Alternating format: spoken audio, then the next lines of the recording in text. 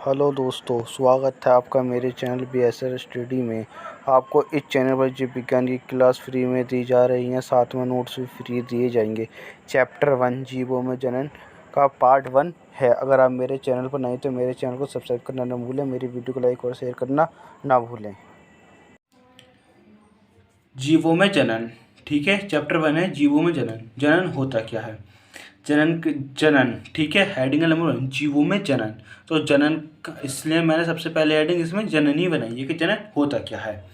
अपने समान संतति या संतान उत्पन्न करना ही जनन कहलाता है। मतलब बिल्कुल अपने हूबहू, मतलब बिल्कुल अपने ही कॉपी करने को ही हम जनन कहते हैं।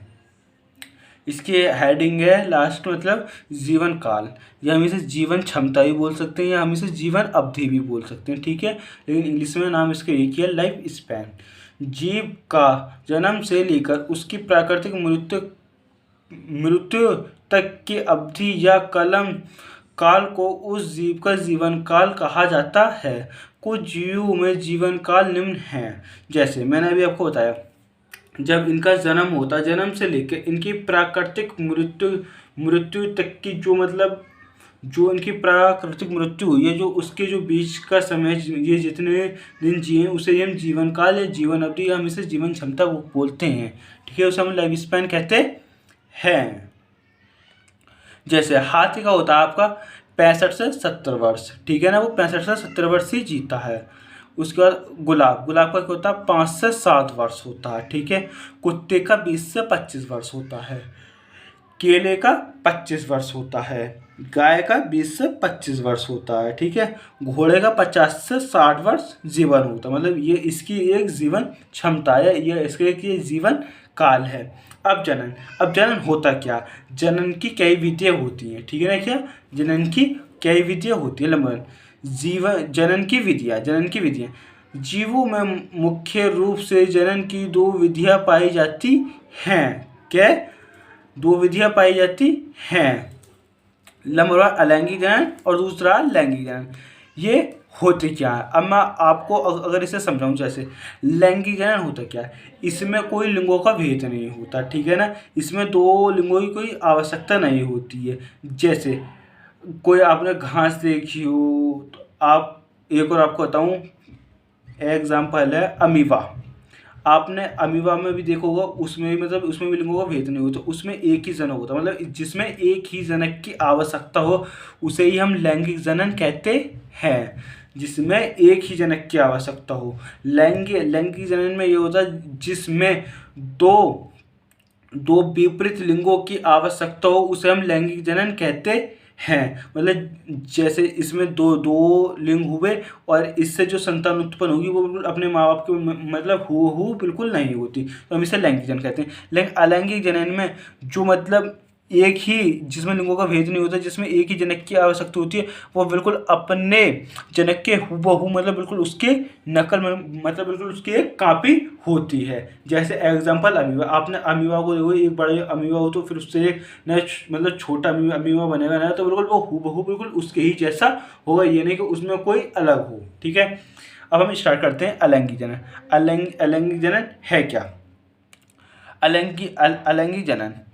अलैंगिक जनन में लिंगों का भेद नहीं होता, जिसमें सिर्फ एक जनक की आवश्यकता होती है।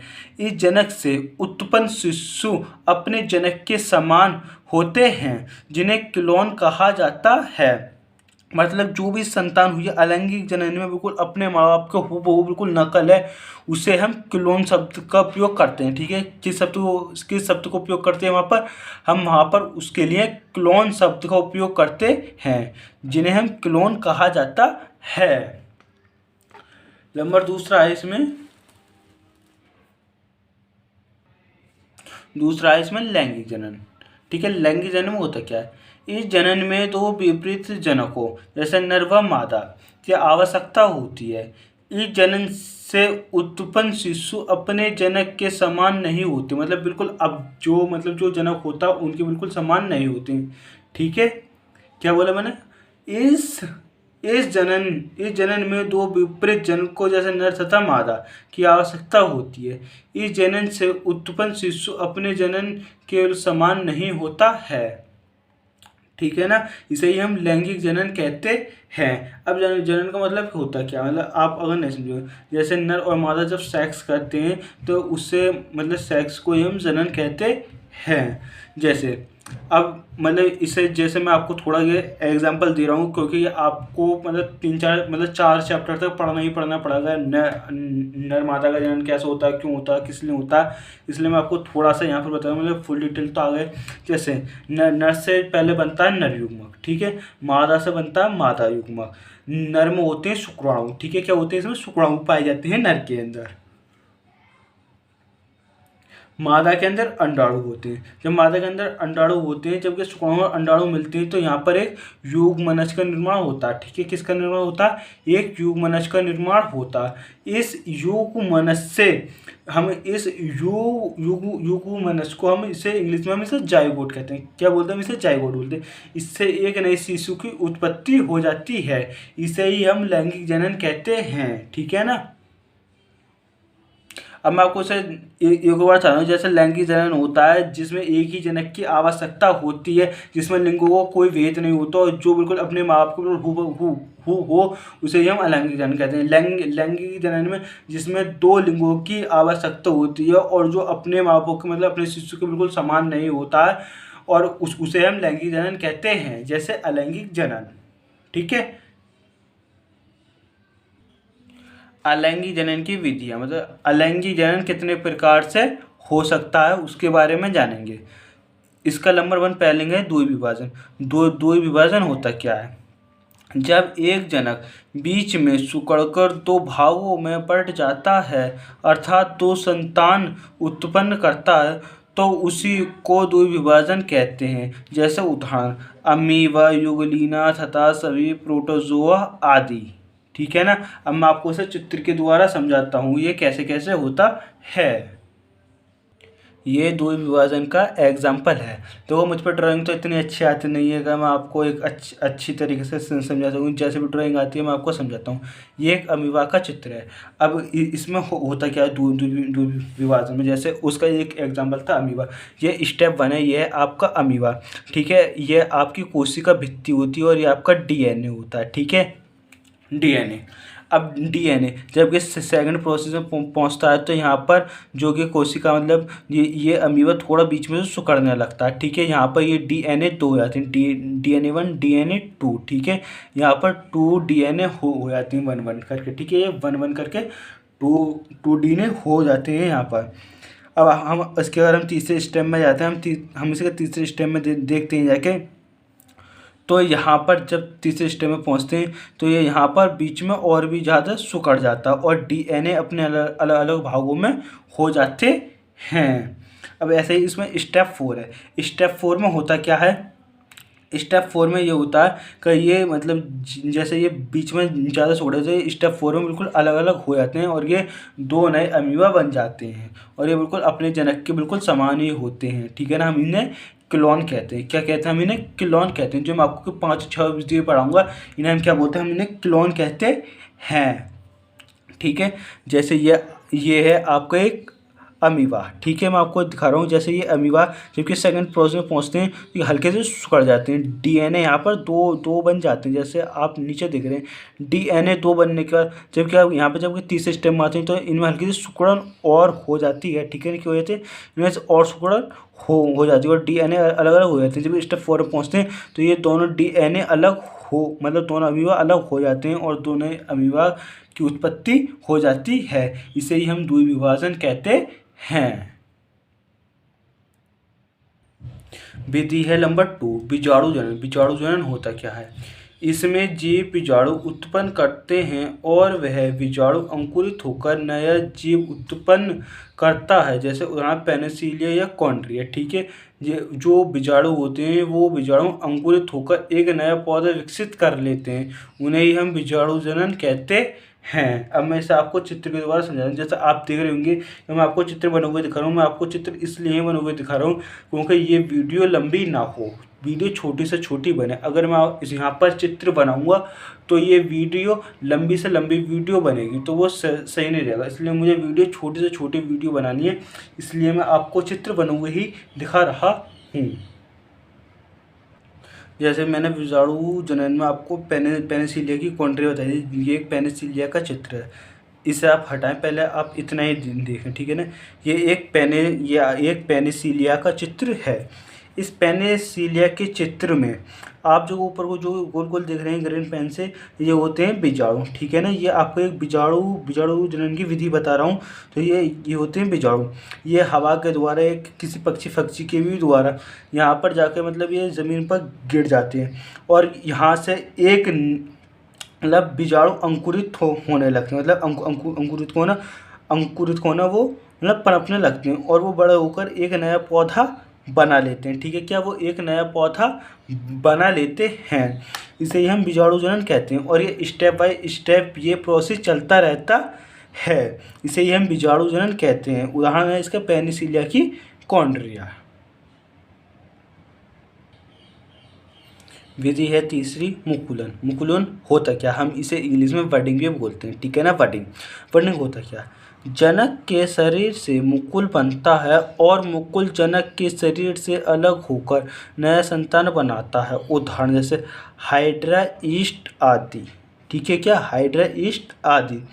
जैसे मैं आपको इसे आप हेडिंग को दूसरा के पढ़ें, जैसे इसमें लिखा हुआ है मुकुल, मुकुल को हम बडिंग भी बोलते हैं, ठीक है ना।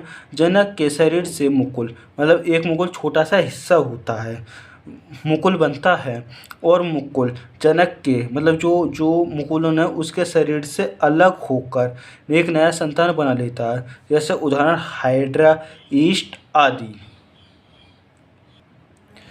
स्टेप 1 में आप जो कि मुकुलन देख रहे हैं, ये एक बहुत सादा सिंपल मुकुलन होता है, ठीक है ना।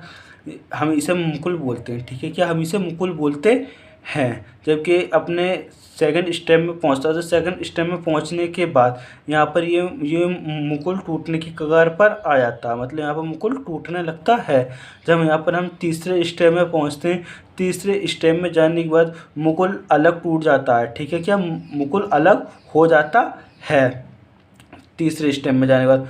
चौथे स्टेप में क्या होता है, जो कि मुकुल अलग हुआ है, ये मुकुल एक नए जीव का विकास कर लेता है, ठीक है क्या, ये एक नए जीव का विकास कर लेता है, जिसे हम हाइड्रा कहते हैं। ये जो मैंने आपको एग्जांपल दिया था, ये मैंने आपको हाइड्रा का एग्जांपल दिया था, ठीक है, किसका, हाइड्रा।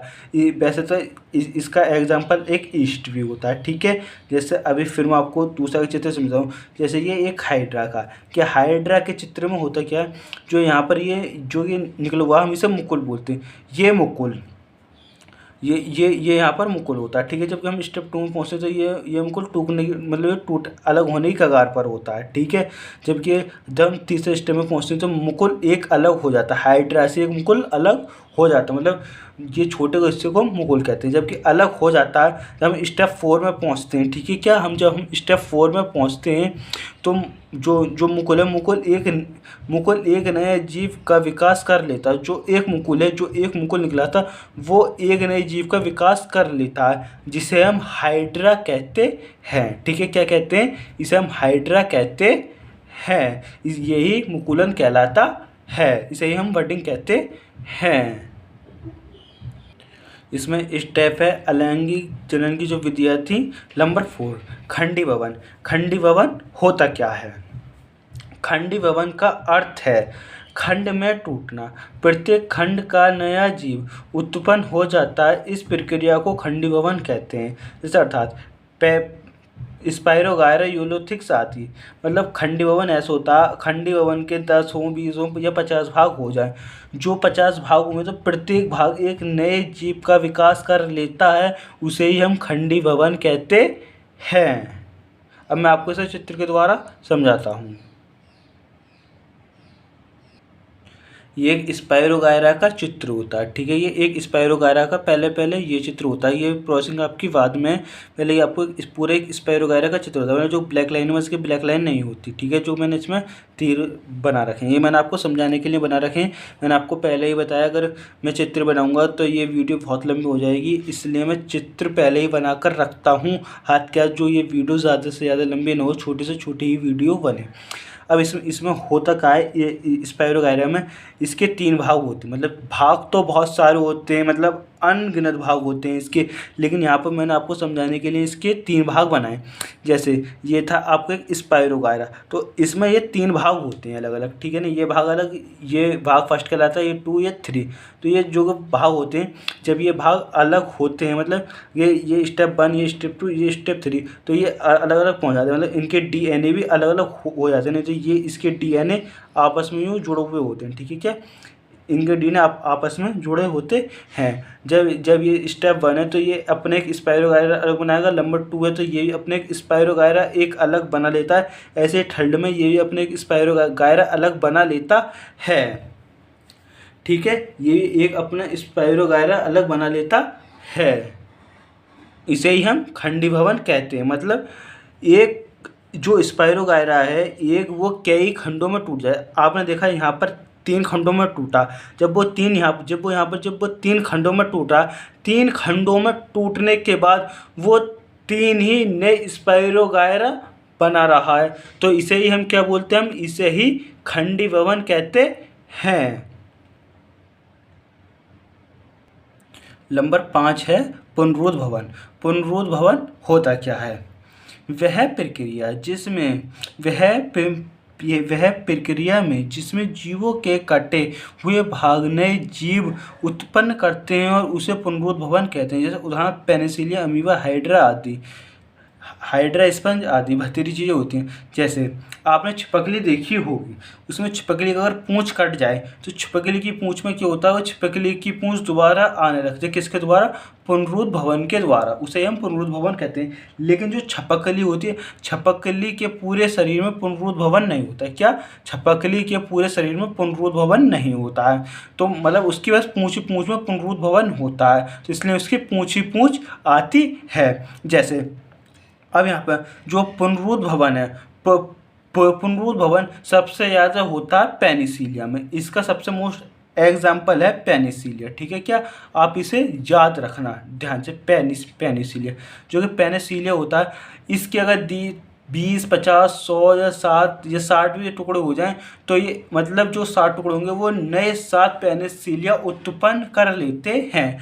इसे ही हम पुनरुद्ध भवन कहते हैं। जैसे जो पुनरुद्ध भवन होता है, जैसे मैंने आपको बताया पिनेलिया, तो उसमें उसके 5-6 भाग या 7 भाग हो जाते हैं। जैसे इसमें मैंने आपको कुल 7 भाग दर्शाए, जो कि 7 भाग अलग हुए, ये 7 ही ये अलग होकर प्लेनिलिया बना लेते हैं 7 के 7, ठीक है। इसे ही हम क्या बोलते हैं, हम इसे ही पुनरुद्ध भवन कहते हैं। आपकी इसमें ये लास्ट हेडिंग है, ठीक है ना, अलैंगिक जनन की छठी और ये लास्ट हेडिंग है आपकी। कभी कभी पौधों की पत्ती व तने के अग्रभाग पर बहुकोशिकीय एवं हरे रंग की संरचनाएं निकलती हैं। क्या? हरे रंग की संरचनाएं निकलती हैं। प्रत्येक कलिका मुख्य पौधों से अलग होकर अंकुरण द्वारा नए पौधे को जन्म देती हैं, इसे कलिका कहते हैं। उदाहरण फुनेलिया तथा फुनेलिया का पौधा आदि। अब आपको इससे समझाने के लिए अब मैं आपको इसे यूँ ही बताता हूँ, क्योंकि मैंने चित्र इसका बनाकर नहीं रखा, अगर मैं बनाऊंगा तो ये वीडियो फिर थोड़ी और लंबी हो जाएगी। जैसे कभी कभी पौधों की जैसे जो पत्ती होती है, पत्ती के जो तने होते हैं उसके अग्रभाग, मतलब जो उसके पत्ता होता है उसके पत्ती के भाग पर हरे रंग की संरचनाएं निकलती हैं, मतलब संरचनाएं निकलने लगती हैं।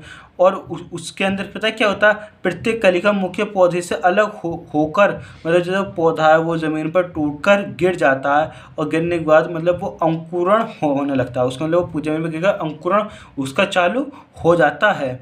अब जब उसका अंकुरण जब चालू हो जाता है तो उससे नए पौधे का जन्म हो जाता है, ठीक है, इसे ही हम कलिका कहते हैं, ठीक है, इसे ही हम कलिका कहते हैं। लेकिन जो ये सबसे ज़्यादा होता है, ये मतलब ये सबसे ज़्यादा कौन से पौधे में होता है, तो ये फुनेलिया का पौधा आदि, ठीक है, ये सबसे ज़्यादा जो होता है फुनेलिया के पौधे में होता है, ठीक है। किसके पौधे में होता है? ये सबसे ज़्यादा फुनेलिया के पौधे में पाया जाता है, इसे ही कलिका कहते हैं। आपकी अलैंगिक जनन की 6 की 6 विधियाँ बिल्कुल कंप्लीट हो चुकी हैं, ठीक है ना। अलैंगिक जनन होता है क्या है। अभी अलैंगिक जनन की मैं आपको भी और वीडियो पढ़ाऊंगा। जैसे पौधों में कायिक जनन, तो पौधों में अलैंगिक जनन को कायिक जनन भी कहते हैं। ठीक है, क्या बोला मैंने, पौधों में अलैंगिक जनन को कायिक जनन भी कहते हैं। कायिक जनन भी 2 प्रकार के होते हैं फिर। ठीक है, उसके बाद फिर आता है हमारा अलैंगिक जनन। फिर मैं आपको इससे जो तीसरा भाग होगा, मैं आपको फिर उसमें अलैंगिक जनन के बारे में ही बताऊंगा कि अलैंगिक जनन कैसे कैसे होता है, क्योंकि ये आपका जो चैप्टर है 1 2 3 4 के पूरा अलैंगिक जनन के ऊपर ही पूरा मोस्ट इम्पोर्टेंट है। मतलब अलैंगिक और लैंगिक जनन के ऊपर, मतलब ये जनन के ऊपर ही मोस्ट इम्पोर्टेंट है, क्योंकि इसमें जनन के बारे में ही चीज़ें आपको सिखाई गई हैं। मिलते हैं आपसे फिर एक नेक्स्ट वीडियो।